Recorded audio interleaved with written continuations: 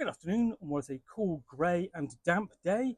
It is Tuesday, the 3rd of September, and I'm in the reading of a nice hot cup of tea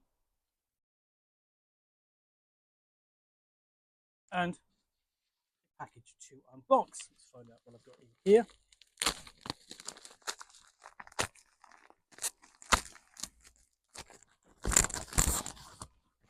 Sure, it's oh yes, this is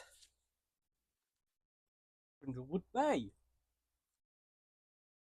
So grab your knitting, gather some clues, and get ready to solve the case.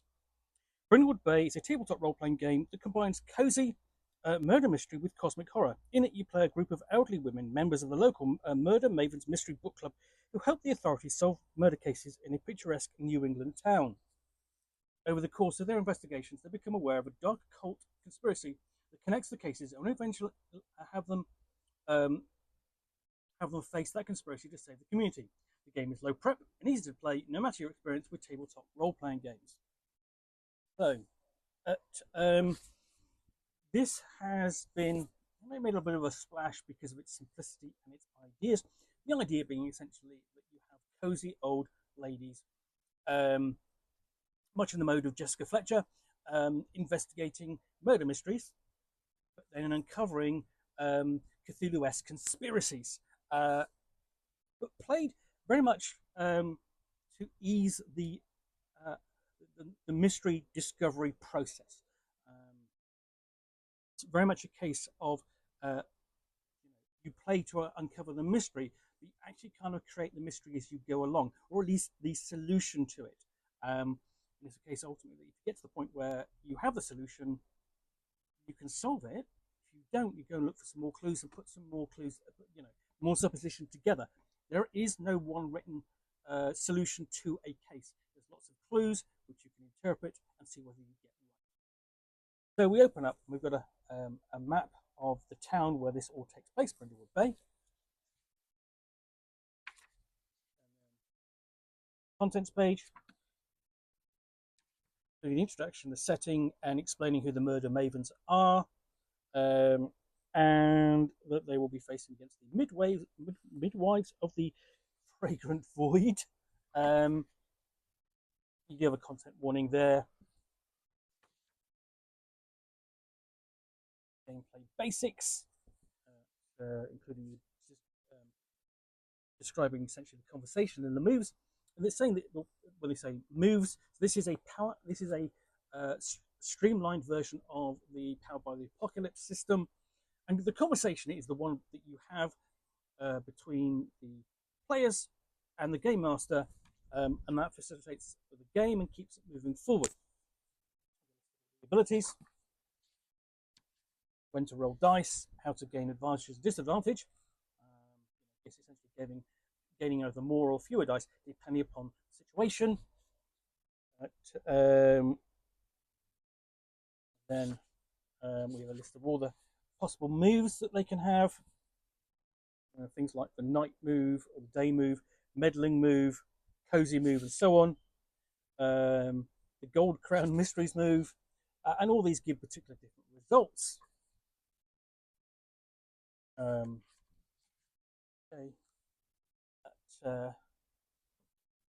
But essentially, the last move essentially is theorize, and that's when you put all the clues together collectively and describe what's going on here.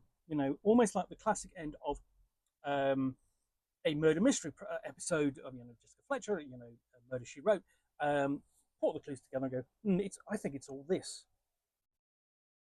Then we've essentially got Maven moves and custom moves. So you've got those are the set of standard moves. The rest are moves particular to your type of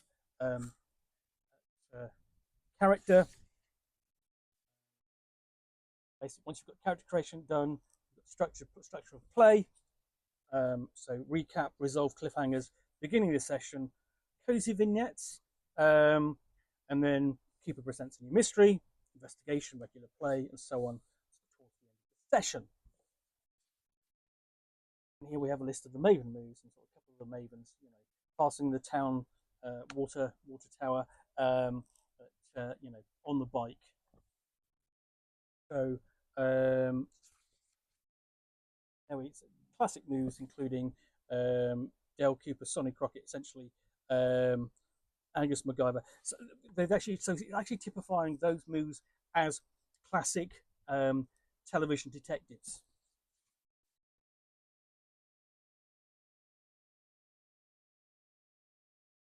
So, I mean, you are obviously drawing essentially quite a wide range of different detectives. So, Robert Langdon from, the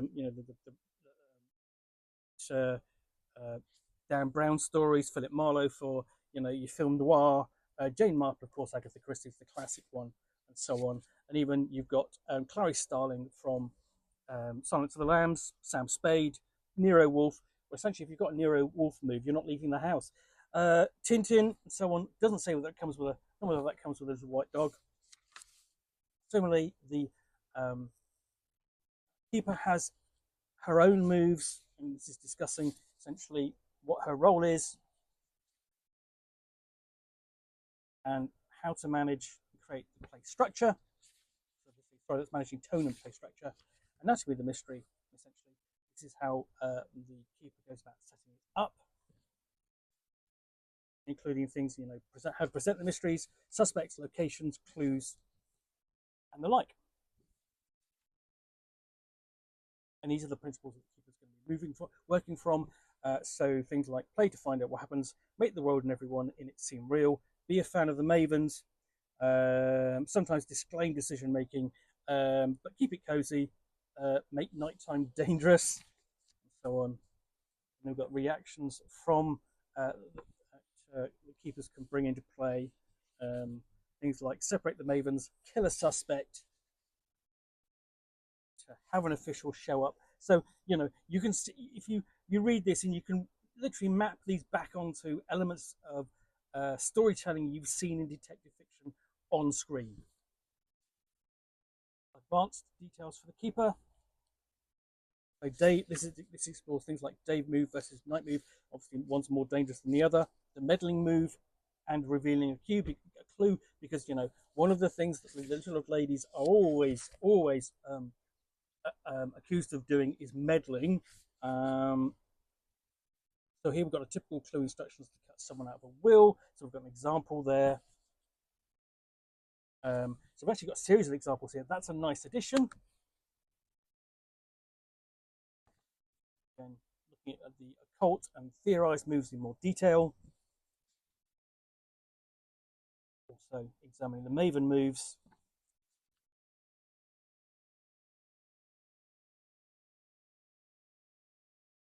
For those, and then things like making time for cozy moves.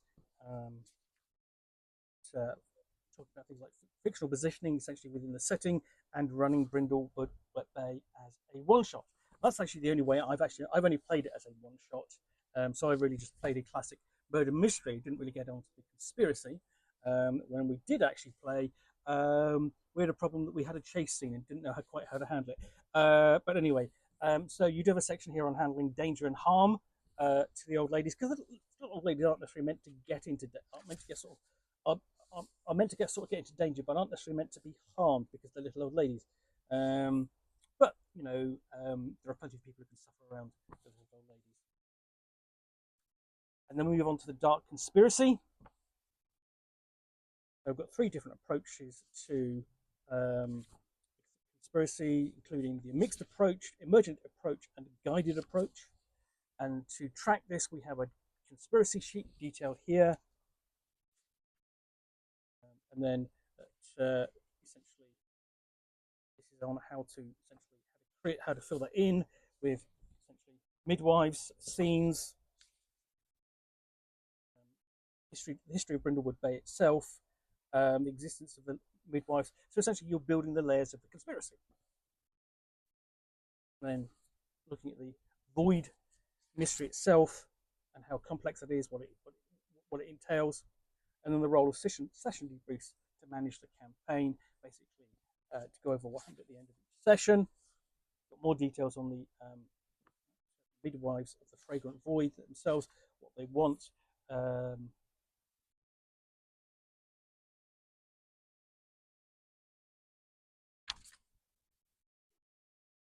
plenty of background on that, and what it means essentially, you've got details on there which the game master can pick and choose from in order to tailor his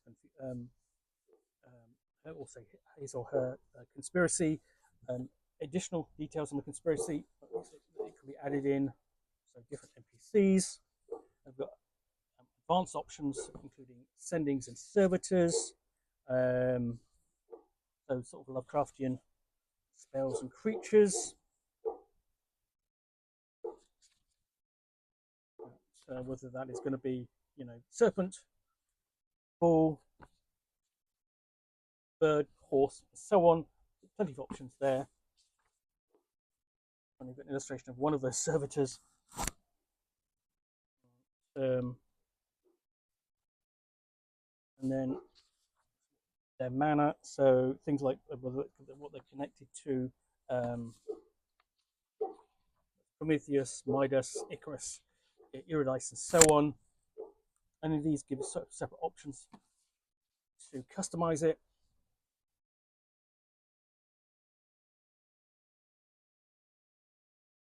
And here another agency here, we basically conspiracy, the children of Persephone. So you've got more than one conspiracy in here. And including Crawling Chaos, we all know who that is. And then individual mysteries. We have Dad Overboard, which I think is the one I've actually played. So you've got a guide to how to present the mystery, moments, suspects, and more. So detailing those and essentially how to portray them, what clues they can give, a list of actual locations and then clues that we picked up. And then void clues to do with the conspiracy. We've got next mystery for Hallow Scream. So you've got a Halloween set mystery. And then the Great Brindlewood Bay Bake Off, the GBBBO. So, very, very, very now with, the British Bake Off.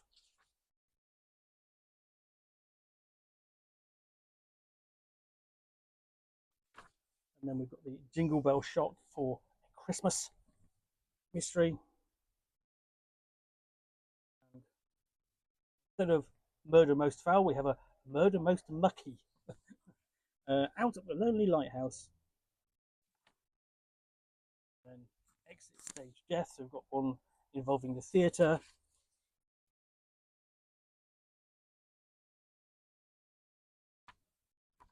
I think this is actually quite a lengthy one. Yeah, that's actually, looks like it actually involves more than one session. Because you've actually got a session 1 guide there.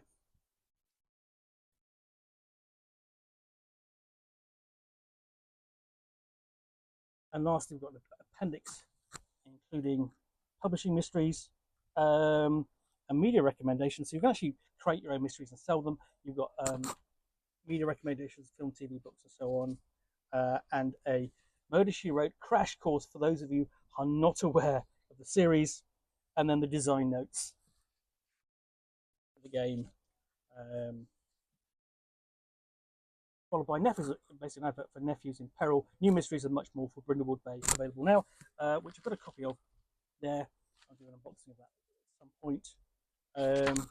But yeah, that is Brindlewood Bay, role-playing game of little ladies investigating cozy mysteries and discovering there's actually a conspiracy behind it all. Great. I have played it, and it's the chance to play a little old lady investigating mysteries is really joyous. It's such a pleasure because you can really get into it and role play the characters, eccentric old characters, to your heart's content. Be as dotty as you want, but still be effective. Yeah, that's Brindlewood Bay. That is from the publisher. So published by Jason Cordova. Well, I hope you enjoyed this unboxing in the Nook. If you did, then please do click on the like button down below. And of course, if you've got any comments or feedback, I do appreciate you taking the time to post those. And And lastly, if you want to be alerted to more unboxings in the Nook, where you'll see me out here with a package, a book or game or role-playing supplement, in this case a copy of Brindlewood Bay, which I will unbox and chat about to the best extent of my knowledge for roughly 10 minutes or so, all of course accompanied by a nice hot cup of tea, in fact a nice cosy hot cup of tea. Then please do click on the subscribe button down below. Thanks again for watching another unboxing in the Nook. I will be back again soon with another one. Bye for now.